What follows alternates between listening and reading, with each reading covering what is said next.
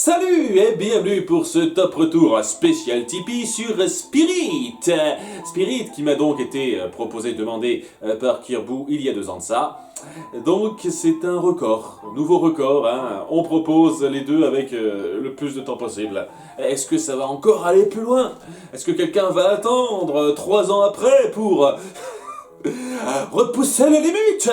Nous verrons, nous verrons. En tous les cas, Spirit est un film très réussi, très spécial dans son ton, et c'est vraiment quelque chose à louer beaucoup à DreamWorks dans ses premiers films, c'est que pour beaucoup d'entre eux, ils essayaient de faire quelque chose d'à part, de particulier, et ça rentre totalement dedans et ça le fait bien.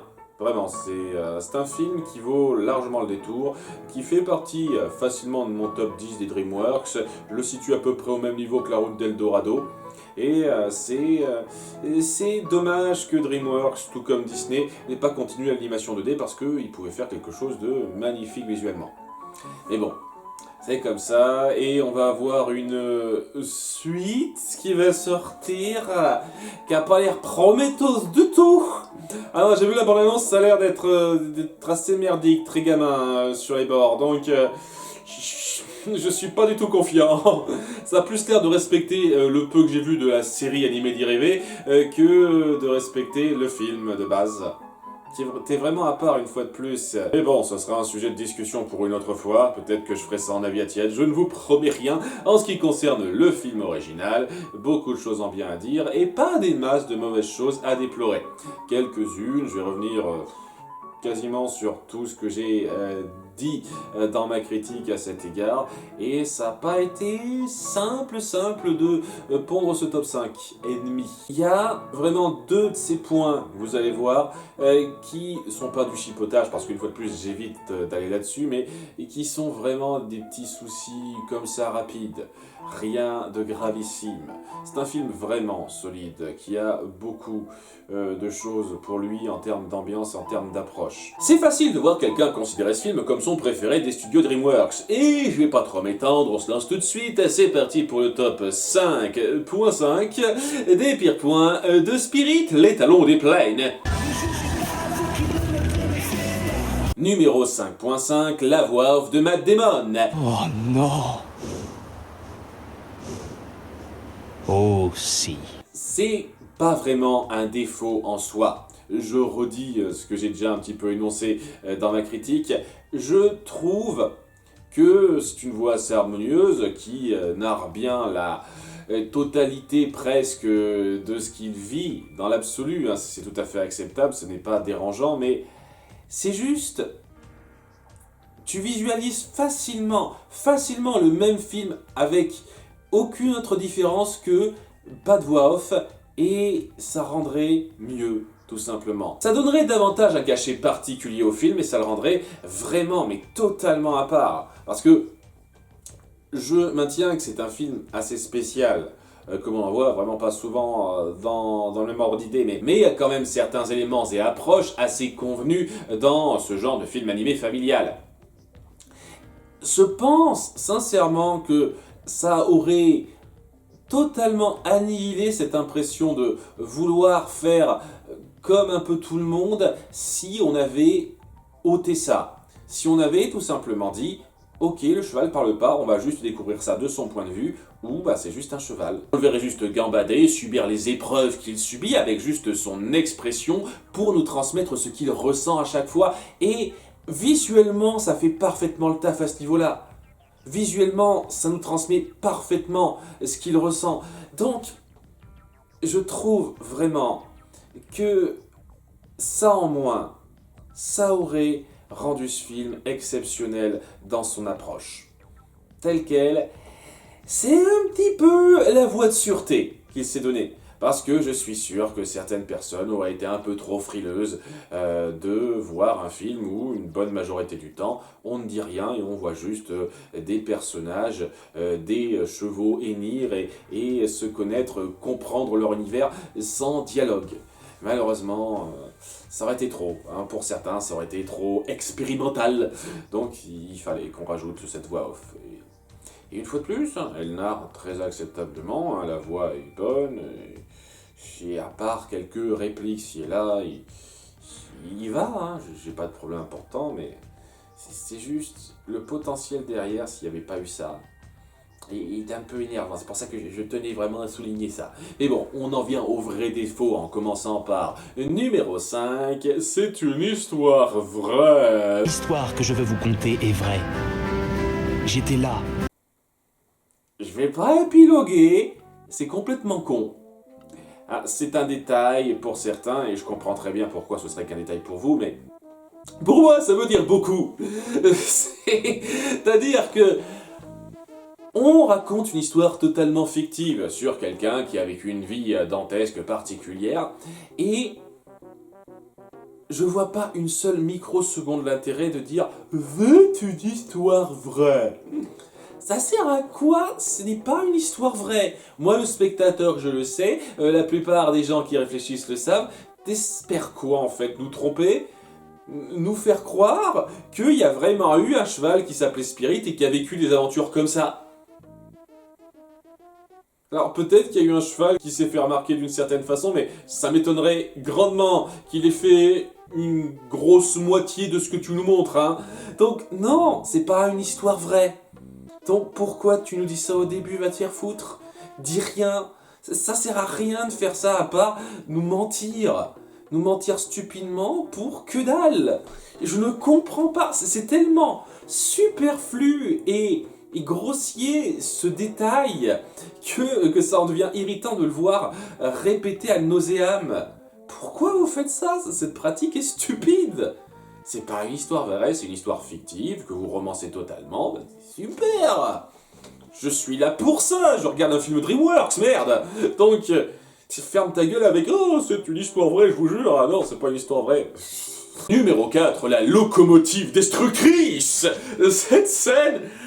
un peu too much pour moi, un peu too much. Bon, j'ai déjà rapidement évoqué le fait que il court tout droit alors qu'il pourrait galoper dans la forêt juste à côté pour éviter cette locomotive qui lui tombe dessus. Spirit il le fait pas parce que suspense, ça fait partie des logiques super bizarres qu'on a dans énormément de films. Je ne comprendrai jamais ça, vraiment pas. Mais bon, à nouveau, je sais, j'ai jamais vécu ça. Personnellement, peu de personnes ont rarement vécu ça, j'imagine, donc peut-être qu'on réfléchit pas à ce niveau-là, mais bon. Peut-être que dans sa tête, il ressent le besoin de compétition. Non, je peux me montrer plus rapide que toi, on fait la course, je ne sais pas. Mais bon, c'était un peu con pour moi. Mais le principe, surtout autour de ça, c'est qu'on en fait vraiment des caisses avec cette évasion de Spirit. À un niveau où c'était un peu... Ouais, un petit peu too much, quoi. Je veux bien qu'il casse certains trucs, qu'il foute le boxon, mais à ce niveau-là, c'est un peu abusé. Il s'échappe juste, il n'a pas besoin de foutre en l'air toute l'organisation des colons sur place. Pas à ce point. Numéro 3, une romance plate et superflue. Oui, cette jument est plutôt jolie, elle a un bon design, elle a une personnalité sympatoche, le peu qu'on la voit, mais... elle apporte que dalle! Mais vraiment que dalle! À part appuyer un truc sur lequel je reviendrai pour le point numéro 2, mais ça apporte absolument que dalle de donner une romance à Spirit. C'est pas du tout le but du film. Le but du film, c'est d'avoir un compagnon de passage avec lequel il aura du mal à s'entendre pour arriver à se détacher, à se libérer des gens qui essayent de le priver de sa liberté. Mais...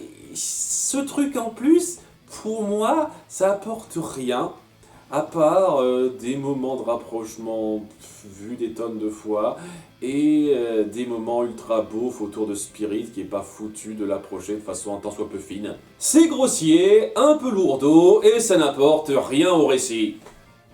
Vous auriez pu vous penser de ça? Oh, les juments. Numéro 2, un manichéisme un peu trop biaisé. À nouveau, c'est le point polémique de la critique que j'ai faite, parce que je me doute bien que pour beaucoup de gens, ça doit pas être perçu comme ça, mais pour moi, je trouve ça un peu moyen de partir sur cette voie où tous les colons sont les gros connards et que à côté tout est en harmonie, y a pas de problème. Parce que bon, faire des colons plutôt des connards, je comprends très bien, c'est logique. Oui, ils sont là pour coloniser, ce sont des militaires, c'est évident qu'ils sont une menace. Et j'apprécie une fois de plus le fait qu'on ne se contente pas d'en faire des gros méchants pas beaux, on les humanise. On n'en fait pas juste des gros méchants qui veulent tout coloniser parce que la terre est pour nous.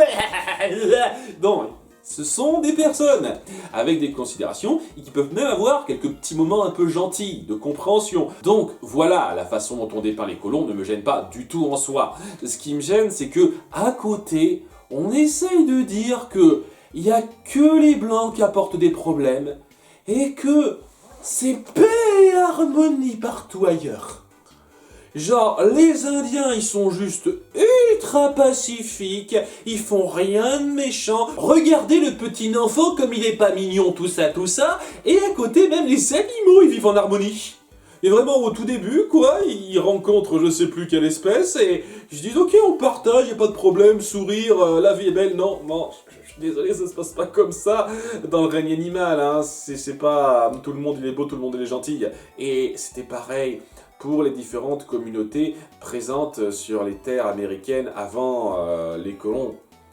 C'était pas la joie et le bonheur, hein. Il y avait des guerres entre les différents clans, et c'était pas le pacifisme à l'état brut, hein. C'était un petit peu plus que ça. Et il y a cette façon de vouloir à tout prix ne pas froisser les amoureux de la nature et des bonnes traditions des cultures différentes, que on se permet de diaboliser qu'un camp. Alors que, dans l'absolu, il devrait y avoir des choses à redire sur le reste. Oui, le règne animal, c'est la jungle. Littéralement pour certains. Et tu vas pas être en harmonie avec les autres animaux. Il y a quelques cas comme ça, mais c'est clairement pas aussi simple et bête que vous le montrez là. Et les natifs américains étaient clairement pas tous comme vous le dépeignez dans ce film. Clairement pas.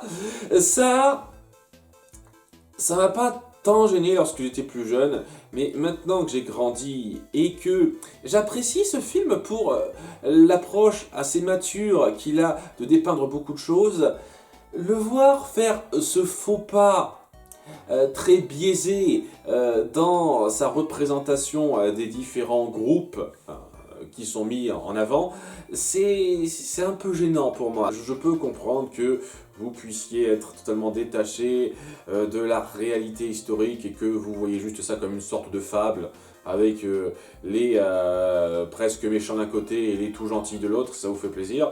Moi, j'aurais pas été contre qu'on appuie davantage la complexité du cadre qu'on met en place. Et c'est pas super bien fait dans cette représentation des différents partis. Malheureusement. Numéro 1, le gros drame forcé de la perte de l'être aimé. Un truc qui me gêne pas mal, parce que on pourrait pointer quelques éléments dans lesquels l'amoureuse de Spirit intervient, et ce qui fait que techniquement elle n'est pas inutile à l'intrigue. Seulement les apports qu'elle a à l'intrigue, c'est sur des points qui me dérangent.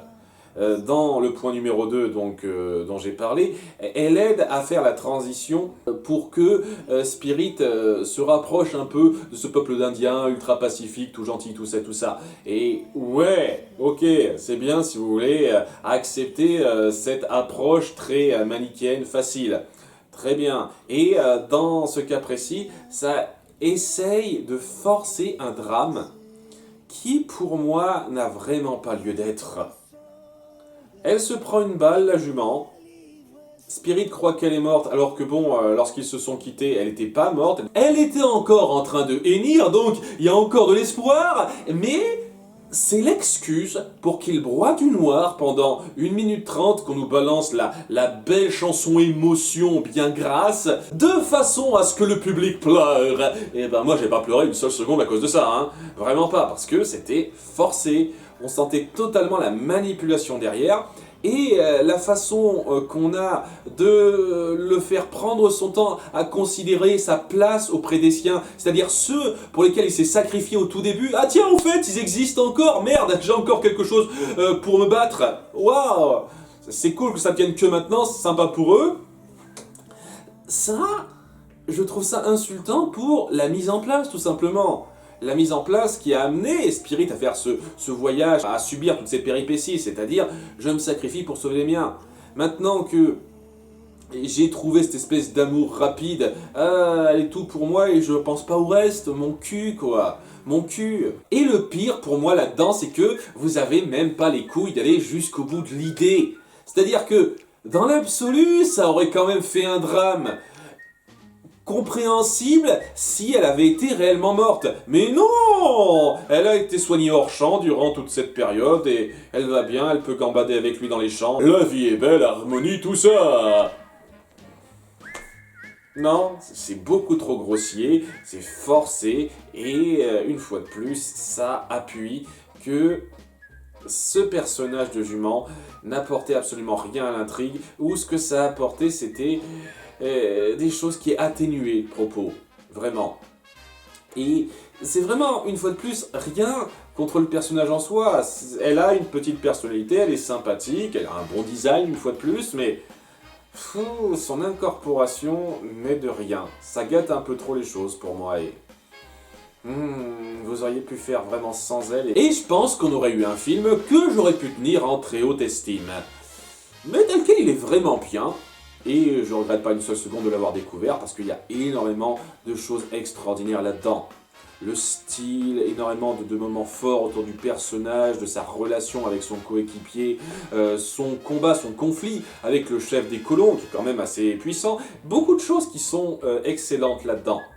Et le fait que ça prenne à contre-pied le parti pris d'énormément de films Disney, de faire du cheval un animal de compagnie qui doit toujours être du côté de son maître, là non, il veut être libre. C'est quelque chose qui me plaît beaucoup, vraiment. Et c'est pour toutes ces choses, toutes ces raisons et d'autres encore, que ce film vaut largement le coup. C'est juste... Je pense que ça aurait été dans le haut du panier, mon top 3 sans doute, si on avait évité les trucs un peu convenus, tout simplement. La narration en voix off pour éviter de perdre le public, et cette histoire d'amour pour faire un peu comme tout le monde, qui était superflue, vous m'auriez viré ces deux points principaux. Et j'aurais presque rien eu à redire, je pense. Vraiment. Ça aurait été un film excellentissime que j'aurais classé parmi le top du top, quoi, facilement. Mais bon, hein, on prend ce qu'on a, et ce qu'on a, c'est quand même bien. C'est de la très bonne qualité, que je ne regrette pas. Et j'espère que cette vidéo t'aura plu, Kirbou, ainsi qu'à vous tous. Je vous donne rendez-vous le mois prochain pour le top retour que vous aurez choisi en commentaire du précédent. Pas la peine de voter une fois de plus, hein. J'espère ne pas avoir à le rappeler à chaque fois, mais bon, hein, je le dis rapidement. À très bientôt, au revoir.